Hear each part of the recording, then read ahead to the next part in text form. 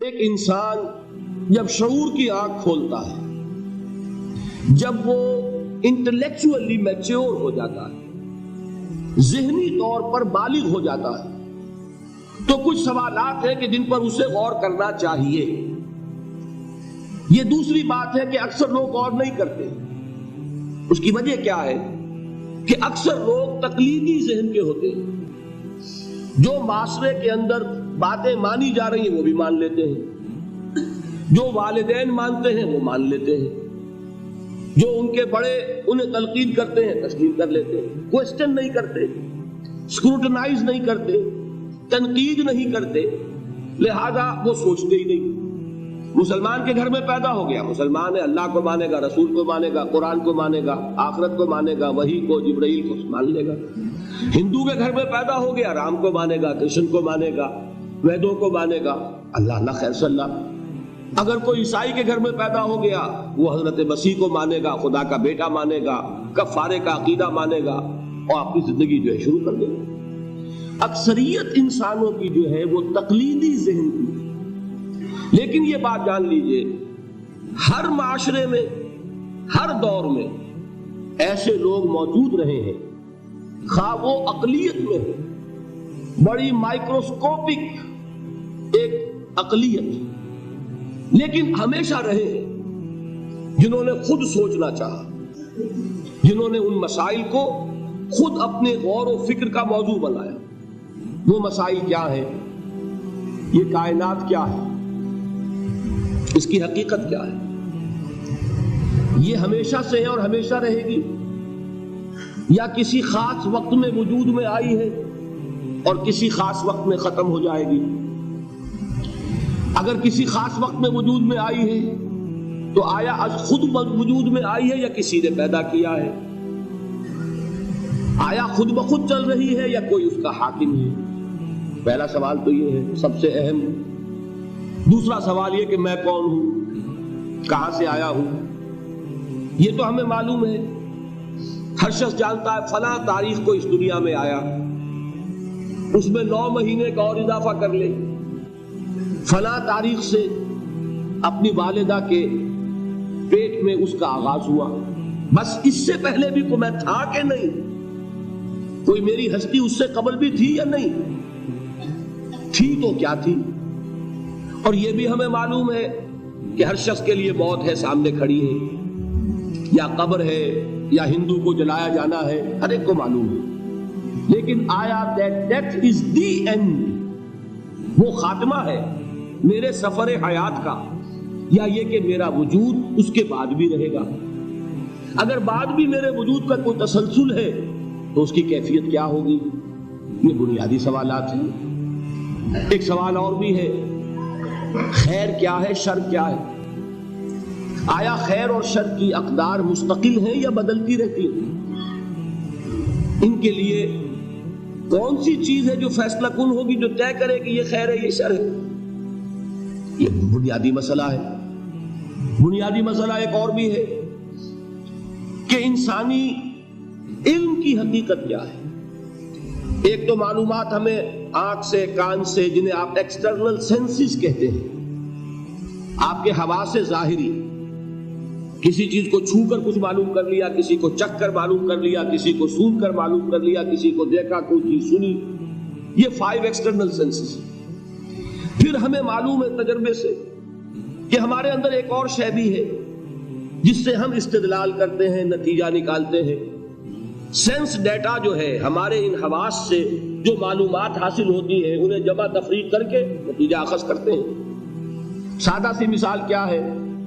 ہم نے دھواں دیکھا، آنکھ نے دیکھا صرف دھواں، فیصلہ ہم نے کیا آگ لگی ہے، حالانکہ آگ آپ نے نہیں دیکھی۔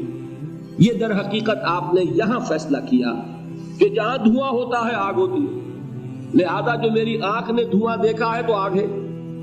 یہ کیا ہے؟ یہ آپ کا انٹلیکچوئل پروسیس ہے، یہ آپ کے عقل کا دائرہ ہے۔ یہاں تک تو ہر انسان کے علم میں، لیکن آیا علم کی اس سے ماورا بھی کوئی سورس ہے؟ حواس اور عقل سے بالا تر بھی کوئی ماخذ علم کا ہے یا نہیں؟ اگر ہے تو کیا ہے؟ اس سے آگے چلیے، ایک مسئلہ یہ ہے کہ مجھے یہ تو معلوم ہے کہ میرا پیٹ کھانے کو مانگتا ہے، بھوک لگتی ہے تو ہنگر پینس ہوتے ہیں، لہذا میں کھاتا ہوں، کھانے کے لیے بھاگ دوڑ کرتا ہوں، معاش کی جد و جہد کرتا ہوں، کوئی کسی چلا رہا ہے، کوئی اینٹیں ڈھو رہا ہے، کوئی ہل چلا رہا ہے، کوئی قلم چلا رہا ہے۔ اسی طرح یہ معلوم ہے میرے اندر سیکشول ارج ہے جس کی بنا پر میں نے شادی کی ہے، گھر گرہستی کا بوجھ اٹھایا ہے، لیکن یہ کہ کیا یہی ہے صرف انسٹنکٹس؟ کیا حیوانی داعیات کے علاوہ کوئی اور ایسا بھی ہمارا داعیہ ہے کہ جس کی بنا پر ہم ممیز ہو جائیں حیوانات سے؟ بھوک تو حیوان کو بھی لگتی ہے، سیکشول ارج اس میں بھی ہے، کوئی رین بسیرا اسے بھی چاہیے، لومڑی کو بھٹ چاہیے، پرندے کو گھونسلہ چاہیے۔ اگر تو یہی تک ہیں ہمارے محرکات عمل تو ہمارے اور حیوان کے درمیان کوئی فرق نہیں، لیکن اگر اس کے علاوہ بھی کوئی محرک عمل ہمارا ہے جو ہمیں حیوان سے ممیز کرتا ہو تو وہ کیا ہے؟ اب یہ بیسک کوسچنز ہیں، اور میں آپ کو یہ بتاؤں جن حضرات نے فلسفے کا مطالعہ کیا ہے وہ تو میری بات کو سمجھ بھی رہے ہیں اور جان رہے ہیں کہ میں نے جو گروپ کیا ہے کوسچنز کو، یہ فلسفے کی مختلف شاخیں ہیں۔ ایک زمانے میں فلسفہ ایک علم تھا، آج فلسفے کی برانچز ہو چکی ہیں۔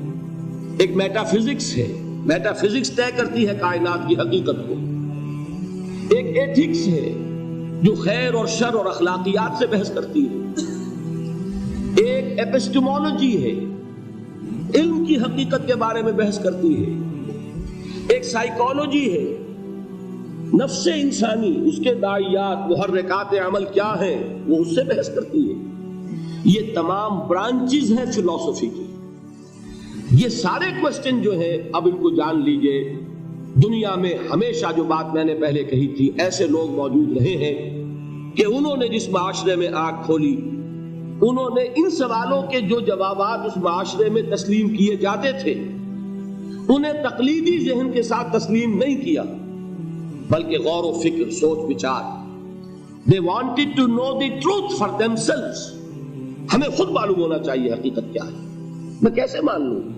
یہ کہہ رہا ہے کائنات خود بخود بن گئی، فلاں کہہ رہا ہے نہیں کائنات کا پیدا کرنے والا ایک خدا ہے، تیسرا کہتا ہے 100 خدا ہے، چوتھا کہتا کوئی خدا ودا نہیں ہے۔ تو میں کیسے مانوں، کس کی بات مانوں؟ مجھے خود جو ہے اپنی عقل سے، اپنے سوچ سے، اپنے غور و فکر سے ان کے جوابات تلاش کر دیں۔ یہ جو لوگ ہیں انہیں آپ کہتے ہیں فلاسفہ، فلسفی، حکماء، دی وائز پیپل۔ کنفیوشس کون تھا؟ انہی سوالات کے بارے میں غور کرنے والا۔ تاؤ کون تھا؟ فلسفی۔ گوتم بدھ کی مثال میں کل دے چکا ہوں کہ آپ کو معلوم ہے کہ اس کے اندر سرچ فار ٹروتھ، حقیقت کی تلاش کا داعیہ کتنا شدید ہوا۔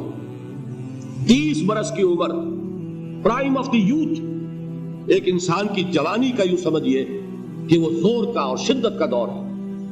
اور کپل مستو کا شہزادہ، وہ کوئی ایسا تو نہیں تھا، کوئی بھکاری نہیں تھا، کوئی وہ مانگ کر روٹیاں کھانے والا نہیں تھا۔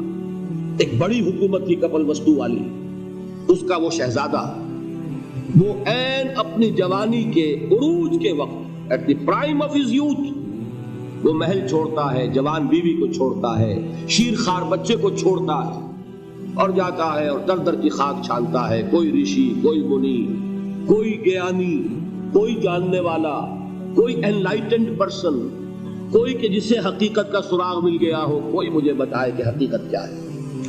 یہ میں نہیں کہتا کہ اسے کیا ملا کیا نہیں ملا، اور جو کچھ آج گوتم بدھ کی طرف منسوب کیا جا رہا ہے وہ صحیح نسبت ہے اس کی یا غلط ہے۔